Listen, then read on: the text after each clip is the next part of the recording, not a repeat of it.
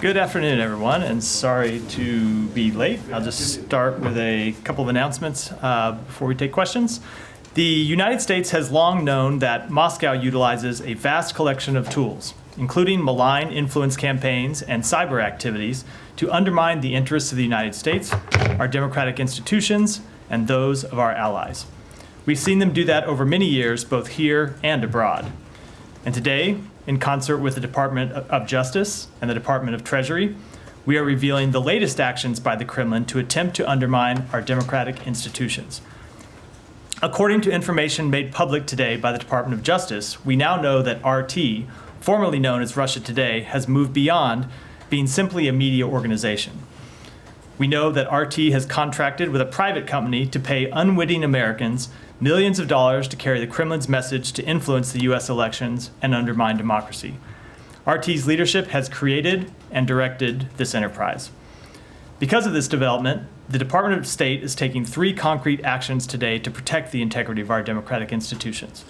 First, we are announcing a new policy to restrict visa issuance to certain individuals who, acting on behalf of Kremlin-supported media organizations, use those organizations as cover for covert activities and are responsible for or complicit in these malign efforts. Consistent with U.S. law, visa information is confidential, and the department is not at liberty to name these specific individuals. Second, the department has designated the operational presence of Rossiya Segodnya and its subsidiaries RIA Novosti, TV Novosti, Ruptly, and Sputnik as foreign missions, as they are effectively controlled by the government of the Russian Federation. As Foreign Missions Act designated entities, they will be required to notify the department of all personnel working in the United States and disclose all real property they hold. Finally, the department is announcing a Rewards for Justice offer to seek information on potential foreign efforts to interfere in U.S. elections, including by organizations such as Rodit, also known as Russian Angry Hackers Did It, which has previously engaged in covert election interference, influence abroad, and poses a threat to the 2024 U.S. elections. These actions are in addition to law enforcement actions announced today by the Department of Justice and new sanctions imposed by the Department of Treasury. As Secretary Blinken said in a statement released just moments ago, foreign governments should know that we will not tolerate foreign malign actors intentionally interfering and undermining free and fair elections. The United States will continue to both expose these state-sponsored actors who attempt to undermine our democratic institutions and hold them accountable for those actions. Turning to travel. Secretary of State Blinken will travel to Haiti and the Dominican Republic tomorrow and Friday. In Haiti, the Secretary will meet with Transitional Presidential Council Coordinator Edgar LeBlanc Fields and Prime Minister Gary Conille to discuss forthcoming steps in Haiti's democratic transition and U.S. support to the Haitian people through humanitarian assistance and Haitian-led stabilization efforts. He will also meet with the leadership of the Multinational Security Support Mission, emphasizing U.S. support to reestablish security in Haiti, while also underscoring the significance of promoting respect for human rights. From Haiti, Secretary Blinken will travel to the Dominican Republic to meet with President Luis Abinader.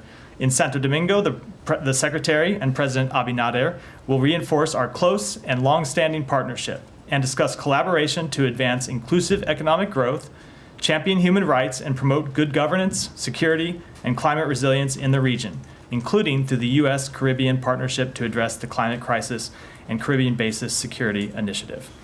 With that, Matt. Right. Let's get a bunch of different things, none of which will take a lot of time, I don't think, but I'll start with the Russia stuff. What was the name of this? Russian Angry Hackers Did It? Yeah, RODIT, I believe, is the acronym. It's a group of hackers who have attempted to undermine democratic governance both here and abroad, and so we have a Rewards for Justice. Well, they weren't very tricky about concealing their identity, It's not the most covert name, correct? I mean, doesn't that give you some pause? I mean, I'm not suggesting that the group doesn't exist or that they They- stupidly identified They themselves. very much exist, but identify the point of the Rewards for Justice offer is identifying the name of the group and identifying those individuals who are involved in it and actions they might take are a different thing. And so we are offering this reward for anyone who can bring forth information, and I should make clear, either about their activities or the activities of other similarly situated organizations attempting to undermine our democratic institutions. All right, I realize that visa information is confidential, but I mean, can you give us some idea of how many people? I can't, this- unfortunately. They are confidential, and I can't give you a number. No, yeah, well, what's not confidential in the visa is the number of Number, people. and who are- I don't have a number to announce today. Well, is it dozens? Is it a handful? Is it one? Is it more than one? I just don't have a number to announce. But I do want to note with respect to the visa action that we have taken today, that it is one step the State Department has taken, but all of this should be looked at as one of a number of steps the United States government has taken. So the visa actions are taken in concert with the sanctions imposed by the Department of Treasury and, of course, the law Right. enforcement announcement the Attorney General made just a half hour or so ago. But in terms of the visa restrictions that you've announced, you do realize it's really impossible for us to know what the scope and scale of this is if you can't give us even a general idea of. I do, and unfortunately, I'm just not able to. But they are carefully targeted to those individuals, as I said in my opening statement, who we believe are involved in this activity. And as we've made clear before, Well, these is are the it types more of than things that we one? offer. Is it plural? It is plural, and beyond that, I don't have any further information. Okay.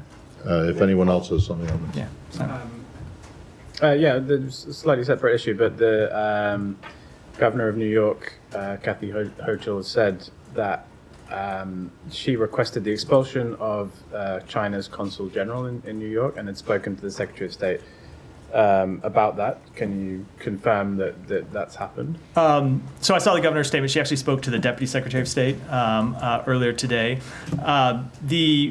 So first of all, the Consul General was not expelled. Our understanding is that the Consul General reached the end of a regular scheduled rotation in August, and so rotated out of the position, but was not expelled. But of course, when it comes to the status of particular employees of a foreign mission, I would refer you to the foreign country, but there was to speak to it, but there was no expulsion action. Okay, and I'm presuming this is related to someone in her office who was working for the Chinese government. There's been law enforcement action on that, but is that, you say the consul wasn't expelled, but is there a sort of grounds for expulsion, or is that something that the department has considered? So I'm not going to speak to anything that we might have considered, or especially when it comes to an action that wasn't taken. In this case, this particular individual was not expelled, just reached the end of a regular scheduled rotation. That said, foreign interference, including attempts to influence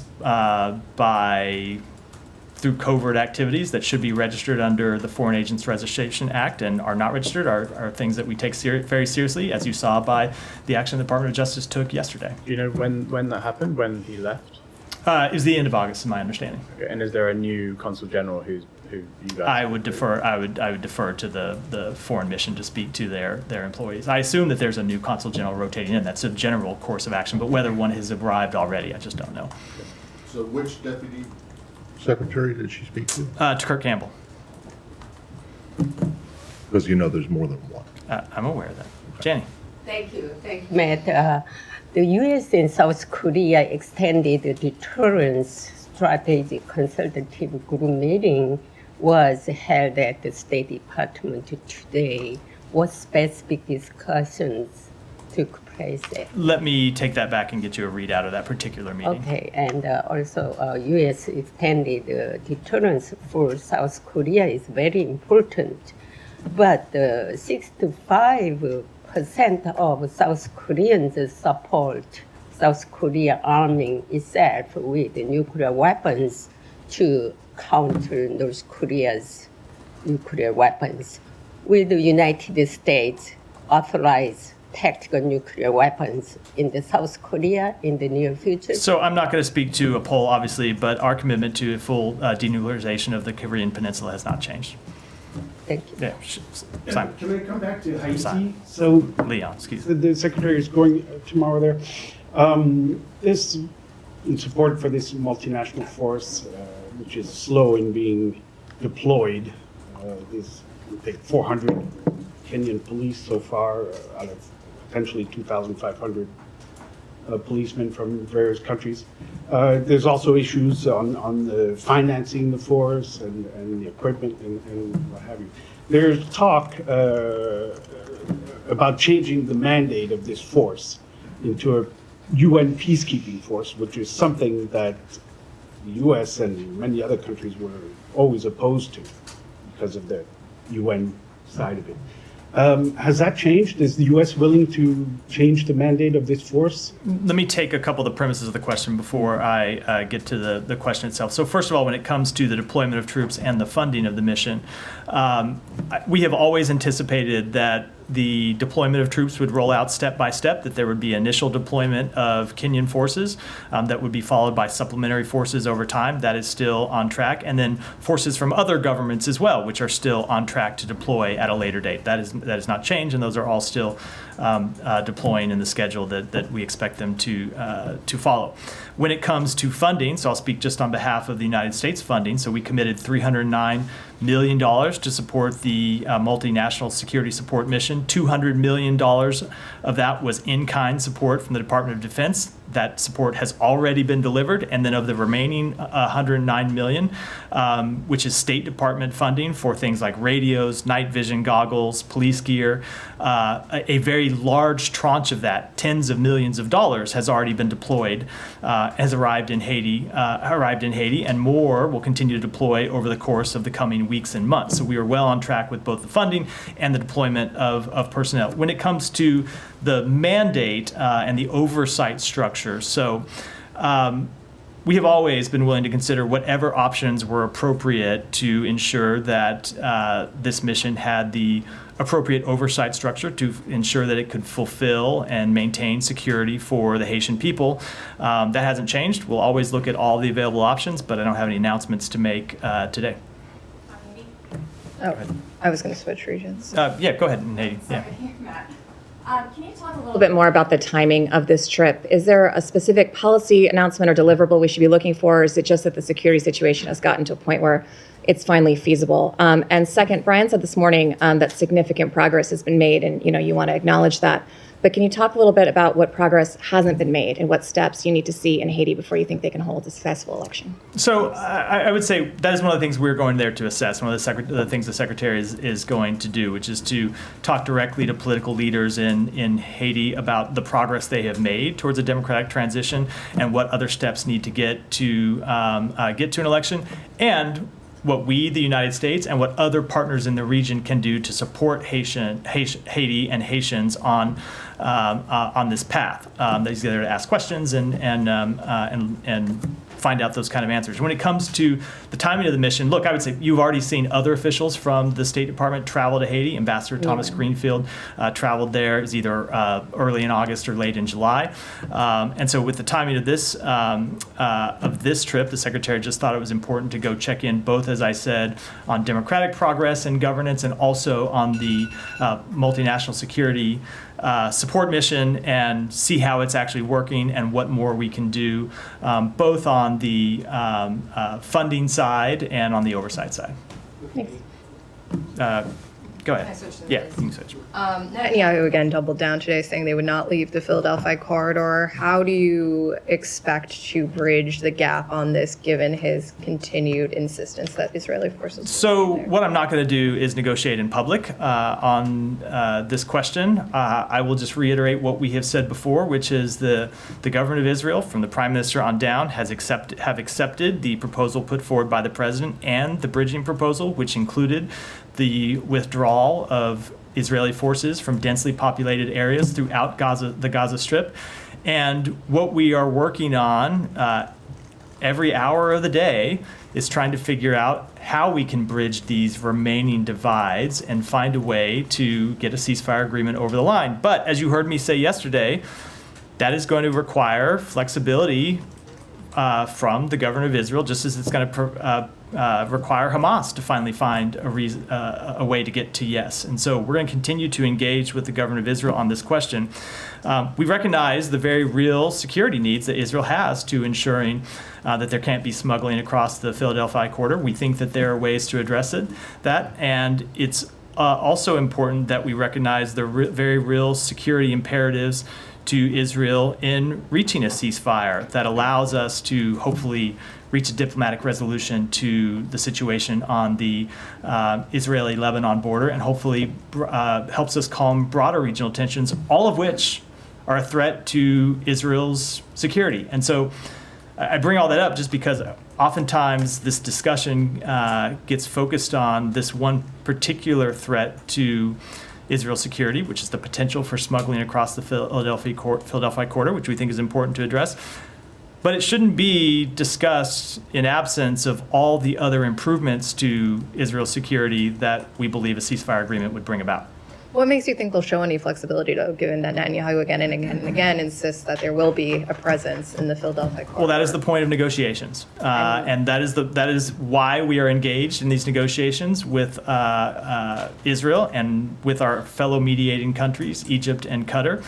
Not going to try to hammer through that in public, but we're going to continue to have these negotiations because we believe getting a ceasefire and finding a way to bridge these divides is in the interests of Israel, just as we believe it's manifestly in the interests of the Palestinian people and the broader region. And when do you expect higher level negotiations or in-person negotiations? I don't want to put a timetable on it. We want to get this proposal developed as soon as possible and get it over to Israel and Hamas, and then try to get a final agreement. Netanyahu also said he would not change his policies to minimize civilian casualties. This flies directly in the face of your continued calls for him to stem those civilian casualties. So how do you intend to hold him accountable to actually stop the civilian casualties? So I want to see that direct quote and see exactly the context of it, that it was in before I respond specifically to it. But I will say we think it is absolutely imperative. It is a moral imperative, and it is a security imperative to Israel that they minimize civilian casualties. And we have, at a number of times through the course of this campaign, gone to them with specific recommendations of things that they can do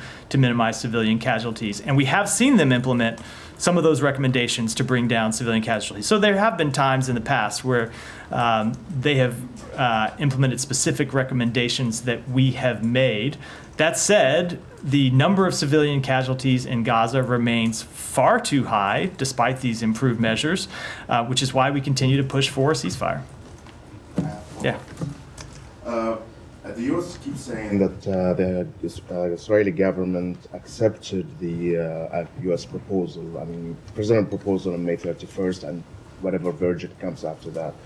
But what we hear from Netanyahu today, or what is reported by Israeli sources, that Netanyahu keeps adding more conditions, keep changing his position all the time. What is the version here? Is he accepting it, or he is changing his mind all the time?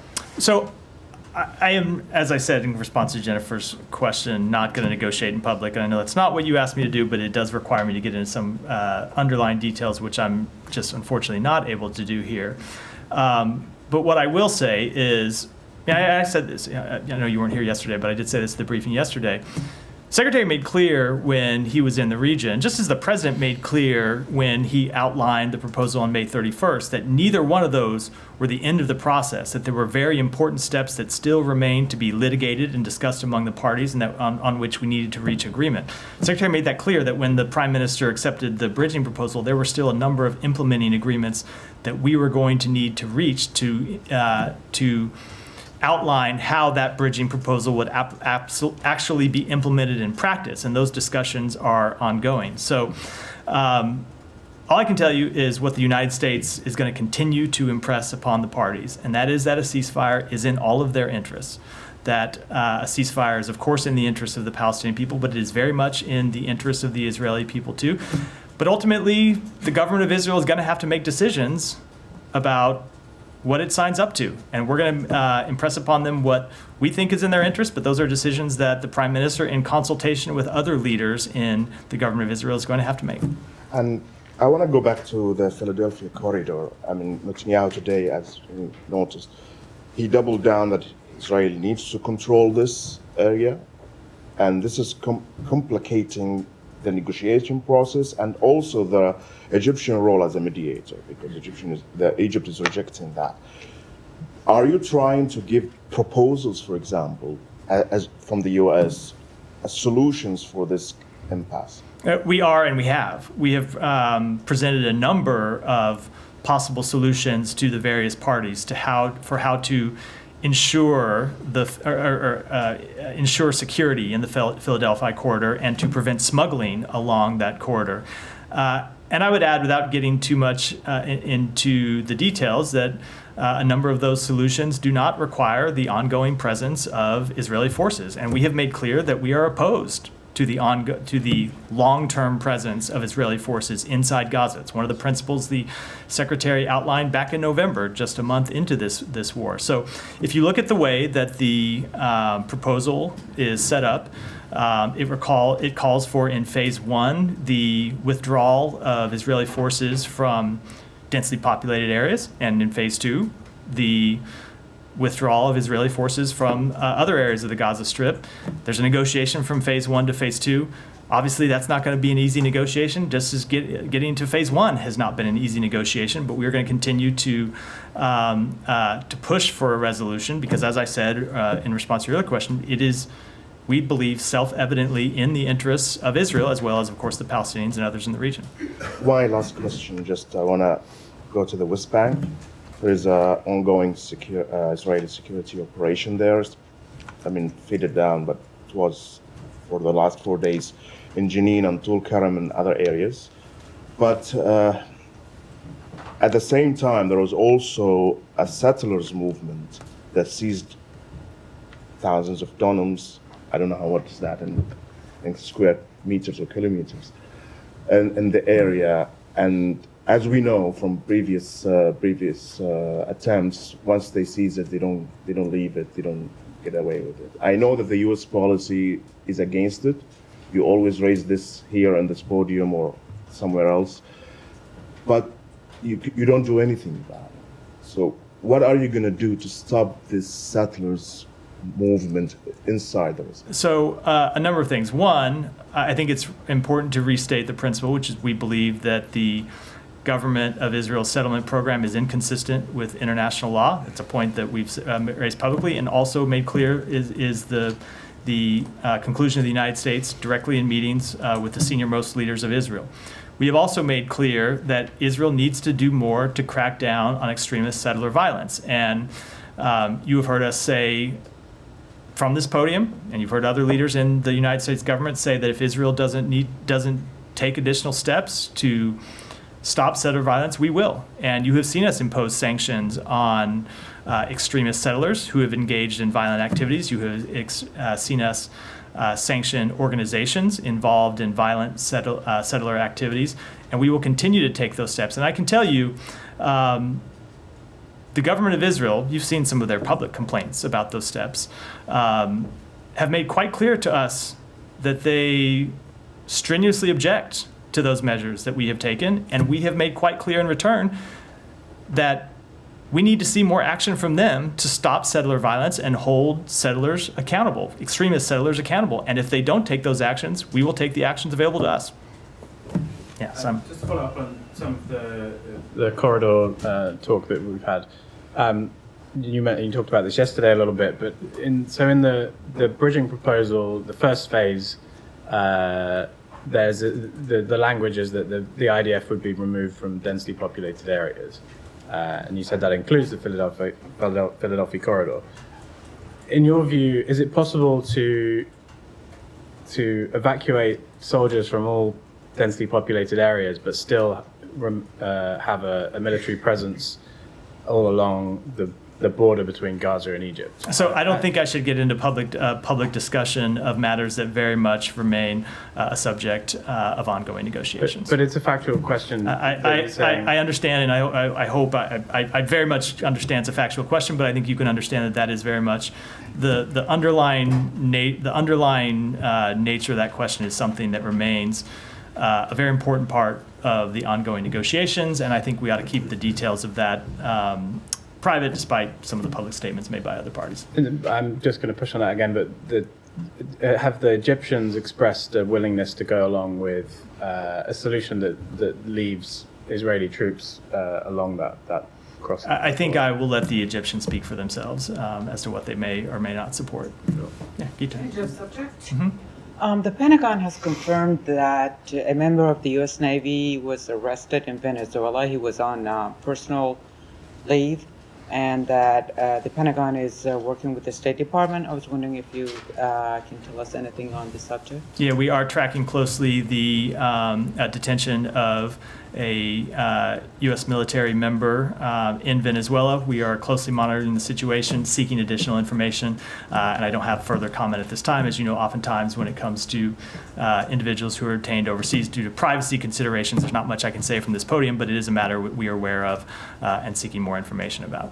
You can't even, do you even know why, or can you say why he was It's not something I can speak to publicly, unfortunately. Yeah. Thank you. Matt, how exactly are you monitoring this? Considering the embassy is closed, you don't have a diplomatic, or at least an overt diplomatic. We do have the ability to, just speaking generally, we do have the ability to, or through partners of ours who operate in Venezuela to still gather information inside the country. And you've gotten none so far? Because of privacy considerations, there's nothing I'm allowed to publicly say about this case, but it's Well, one that we're. You can't say that even if you've gotten any information about this arrest? We have Not what it is, There but are whether you there did are or things not. that we know about this arrest that I am not at liberty to say. I think you know the privacy rules, and when we haven't obtained I do, a but privacy waiver, but so, how we're limited other in words, talking about cases. I get that, but you don't have anyone on the ground to actually go to him and ask him to sign a PAW, right? Correct, So but the line about the Privacy Act waiver just is it doesn't. completely irrelevant. That doesn't change the However- law. Well, hold No, on. no, That doesn't I change know- the law that we and have I to know it abide doesn't by. change the law, and I've been complaining about this law for decades now, but I'm only aware of the last year and a half, but I'm fully all- tracking the complaints for all that I'm time asking period. is whether you have gotten any information about this arrest from your partners or from the Venezuelans directly, considering you don't have any presence on the ground. There is information that we have about this case. I just don't think I From should get in. whom? I just don't think I should get into how we've obtained the information, but it's something we continue to gather information on. Go ahead. My first question is this very senior parliamentarian whose father was also chief minister, Mr. Akhtar Mengal, resigned from the Pakistan parliament yesterday, citing that this country is not being run on democratic rules and norms, and he's worried about the future of the country. Do you have anything about his? I don't have a comment on his resignation. The second one is that a couple of weeks ago, the Pakistani three-star general was arrested on the charges of corruption.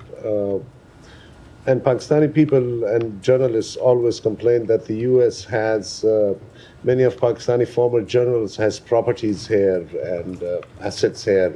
So while you're doing this thing on the Russian journalists and their properties, can you put in the Pakistani general's name as well to like at least we find out about their properties here in the U.S.? So I don't have any comment on that at all. Obviously, we take the Department of Justice takes law enforcement actions when it has sufficient grounds to bring those law enforcement actions, and we do the same thing with respect to the actions that we take here. Just can I Ryan, ask go one ahead. last Ryan, one? let me go to Ryan. Thank you. Follow up on the Philadelphia corridor. So Netanyahu's been saying publicly and privately in cabinet meetings that the reason he doesn't want to back down on the corridor is that the U.S. supports him on that position.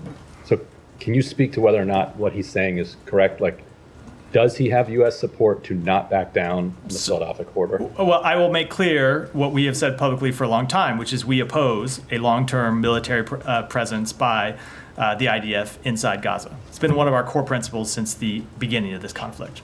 Has not changed. You talked about a settlement being in everybody's interests. What you often hear from commentators is that it might not necessarily be in Netanyahu's interest because of his own personal political situation. Do you have any assessment from the State Department about whether the prosecutions that he may face or other political repercussions, how that is playing into his intransigence on this question? You know, I don't think I should speak to the personal considerations or the personal motivations of the Prime Minister any more than I would speak to the personal considerations or motivations of any foreign leader. I will say it is our conclusion that it is in the national security interests of the State of Israel to reach a ceasefire agreement and that's why we'll continue to push for it. Can I have a follow-up? Yeah, go ahead. I don't know if you saw Thomas Friedman's latest article about that Benjamin Netanyahu is playing Did. a U.S. game and he's pushing that to help Trump. Do you have any comment on that? Look, so I obviously read everything that Tom Friedman writes. I shouldn't say obviously, but I do read everything Tom Friedman writes. I respect his judgment about matters in the Middle East and his long experience there. But I think I should probably refrain from commenting on anything in any way that touches on the U.S. election.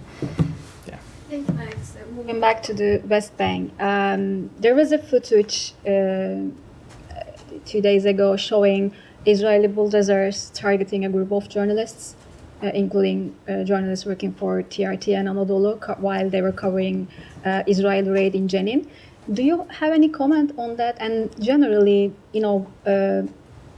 and do you have anything to say on the Israeli offensive in the West Bank recently, which is the largest assault over almost 2 decades?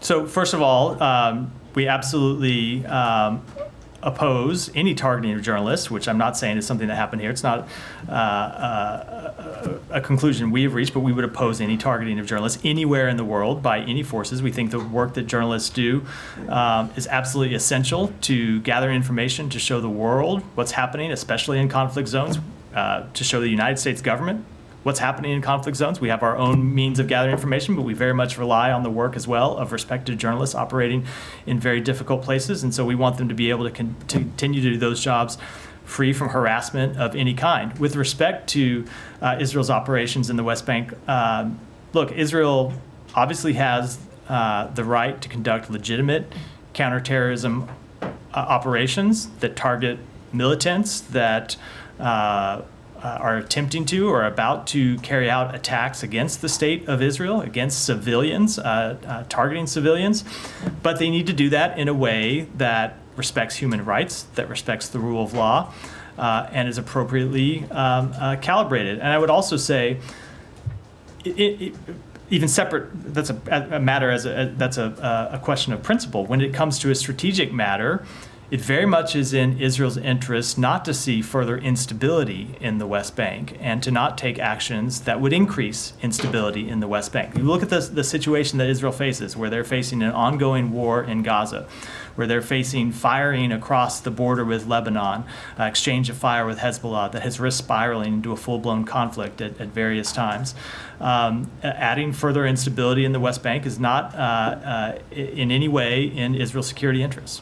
Thank you. I have just one follow-up. So you said Israel has the right to conduct counterterrorism operations, but some human rights groups accuse Israel actually of collective punishment in the West Bank. And according to the UN today, thousands of people in the North Shams refugee camp have experienced water cutoffs, and they attribute it to damage caused to the water networks. And we have seen many homes and roads have been destroyed by Israeli forces. So there were footage showing that. So do you believe that Israel is engaging collective punishment? Look, we believe that they need to. I'm sorry, I didn't mean to cut you off. We believe that they need to conduct their counterterrorism operations in a way that are targeted against individuals engaged in terrorism, against individuals who pose a threat to civilians, not in any way against the broader Palestinian population. And we have made that clear to them over any number of engagements, and we make that clear to them in an ongoing basis. And as I said, when it comes to stability in the West Bank, operations that inflame local tensions, that cause an increase in instability, can have a very deleterious effect on Israel's own security. So it's not just that they have a moral imperative to conduct counterterrorism operations in a way that complies with the law. They also have a very serious security imperative to do so. Yeah. Thank you, Matt. You spoke about the Russian attempt to interfere the U.S. election. Do you see the same intent, the same attempts by Iran to interfere the U.S. election? As today, New York Times suggested that Iran is emerging as a top disinformation threat in the U.S. election? We have seen attempts by Iran to interfere in the U.S. election. The intelligence community released a statement several weeks ago about attempts by Iran to hack into one of the presidential candidates' campaigns. So yes, we do. So are you going to take the same measures as you took? We take it very seriously. I'm not going to preview any measures that we will take, but as I said in my opening statement, there are two things that we look to do in these situations. One is to expose people who attempt to interfere in our elections, and two, to hold them accountable, and that's what we'll continue to do. Well, thank you, Matt. In light of Hamas recently murdering Israel's 6 those hostages and the pressure being put on Israel to give up control of the Philadelphia corridor, I wanted to ask you, why is Israel being expected to make concessions if that will only encourage Hamas to perpetuate further atrocities by rewarding them for bad behavior? And I have a follow-up. So I obviously would very much reject the premise of that question. We are making clear to Israel that we think a deal is in their security interests, as you've heard me say in response to previous questions. We absolutely support bringing members of Hamas to justice. You saw the Justice Department, our own Justice Department, unseal indictments for the leaders of Hamas yesterday. We've made very clear that we want to see leaders of Hamas brought to justice. But we also believe that it is in Israel's security interest to reach a ceasefire that brings the hostages home, that brings them home safely and securely, and that furthers Israel's long-term security interests. And one of the things you heard the Secretary say recently is that every day that goes by without a ceasefire risks other events happening. One of those events, of course, is further escalation in the region, but one of the very real tragic events is the death, the murder of hostages, and we don't want to see that happen.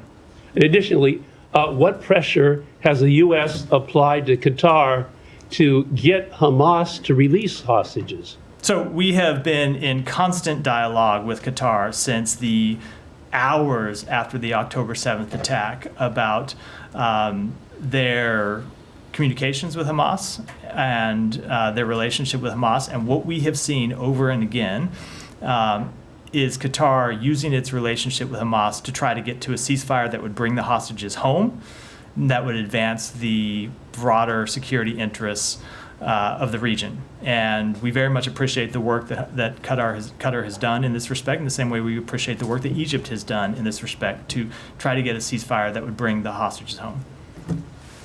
You referenced the indictment against Hamas.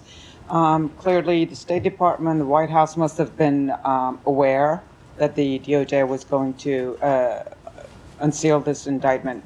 Weren't you worried that it may affect the negotiations, the ceasefire negotiations? So, no, we're not in any way worried that these would affect the ceasefire negotiations. I'm not going to speak to interagency coordination. Obviously, the Department of Justice makes its own determinations when it comes to law enforcement matters. They are, in certain national security matters, able to communicate with others in the United States government, but I won't speak to those. But no, I don't in any way believe that these indictments would jeopardize the ceasefire negotiations. And I dare say that if the government believed that they would in any way jeopardize the ceasefire negotiations, you wouldn't have seen the Justice Department unseal them at this time. I mean, Sinwar is the main remaining person, and he's also in the indictment, and he's also the other side of the negotiation table. Look, it's very important for us to be able to do two things. One, make clear that we will hold Hamas responsible for their crimes, for their terrorism, for their murders of American citizens. And two, try and get a deal that would bring the remaining hostages home. And we have to be willing to do both. And I recognize the tension at times in trying to do both, but we believe it's very much in our interest to try and do that, and we don't believe in any way the unsealing of this indictment is something that's going to enter into the calculations that Hamas may be making about whether to accept a ceasefire or not. It's just not something that we find to be likely. Matt, can you just clarify something technically on the timing of it, though, because obviously this came after the news about the hostages on the weekend, but also the DOJ had said on background that that it was no longer necessary to seal the indictment, and that 3 of the Hamas leaders are deceased, and given, quote, various things that have happened in the region, Can you just clarify why now? Why this happened now? You've had over 40 Americans who were killed on October 7th. So a number of years ago, when I was the spokesperson for the Department of Justice, I might have been able to clarify that, but I no longer am, so I would refer you to the Department of Justice to talk about the timing of the indictment. Yeah. Thank you. I have one topic, but we'll go back to your opening statement. Please bear with me. The line of Yeah, Alex, we've done this before. Sometimes you ask a few questions and you don't get to your own topic. So just you do it at your own risk that you might not get your topic called on. So just go to ahead. a few stuff, clear up your line of question with Matt. Yeah. We understand you can't talk about number, but you did mention that they should disclose their property. Are we talking about the U.S. persons, Russian individuals, or both? It was with respect to the parent company of RT, and the other entities we named are now required to register as foreign missions acts. They have to as foreign mission designees, and so the requirements under that law are that they have to disclose all of their employees and all of their real property, which when you look at one of our main objectives, which is be able to identify activities that foreign missions are engaged in, it's obviously very helpful to us to know all of the various individuals working in their employment as well as the property that they own. To unpack it a little bit, RT, Sputnik, and others, if I understood you correctly, you're not banning them from operating in the U.S. So how many of them are holding FPC, State Department's Foreign Press Center's credentials? Are holding what? I'm sorry, I didn't understand. Foreign Press Center's credentials. I would refer you to the Foreign Press Center. I have no idea. And the scope of the operation, is it a purely U.S.-focused operation, or they also are targeting the allies? And if so, why are you acting alone? So we have seen a number of actions by the Russian government to target our allies' democratic institutions and to undermine the exercises of democracy in our allies. The specific action that we are announcing today is with respect to actions inside the United States. But of course, we have long seen Russia attempt to interfere in other countries' elections as well. Like, I have All right, one more, Alex, and I got to go because I got to wrap. It's very important about government shakeup in Ukraine, its potential implications, if any. So what is your reaction on what's going on? So I don't have any assessment about what it means for the policy of the government of Ukraine. I would, of course, refer to the government of Ukraine to speak to that. It wouldn't be appropriate for me to do in any event. I will say that the Secretary spoke to Foreign Minister Kuleba just about an hour and a half ago to express how much he's enjoyed working with him over these last several years. Foreign Minister Kuleba has been an extraordinary partner of the United States in our work to support Ukraine in repelling Russia's aggression and fighting back against Russia's aggression, as well as the work that we have done to marshal diplomatic support. In some ways, Foreign Minister Kuleba has been our foremost partner in going around the world trying to get diplomatic support, both for supporting Ukraine and for holding Russia accountable. I think you've heard both the Secretary and the Foreign Minister talk about how sometimes they get in these meetings and the first thing they talk about is, one of them will say, so I know that this country has an air defense system that they might be able to make available if this other country can backfill them with something else. And they're really horse trading, trying to figure out how to solve very specific problems that Ukraine has. And so the Secretary expressed his great appreciation and friendship to Foreign Minister Kuleba, and of course that he looks forward to working with his successor. Thank you. And finally, before I yield, on Azerbaijan, they had a parliamentary election on September 1st, widely criticized by international observers. Opposition boycotted that. Do you have any position? So we share the observation and concerns of the OSCE Office for Democratic Institutions and Human Rights monitoring mission regarding the Azerbaijani September 1st parliamentary election. And we urge Azerbaijan to implement the OSCE's previous recommendations, as well as ones that we understand to be forthcoming, and enable the exercise of fundamental freedoms by its people consistent with its constitution and international commitments. Yeah. Thank you. Russian Foreign Minister Lavrov said today that the United States needs to think about possible consequences when thinking about supplying Ukraine with long-range missiles, including JASM. There are reports that the United States is planning to supply Ukraine with long-range weapons soon.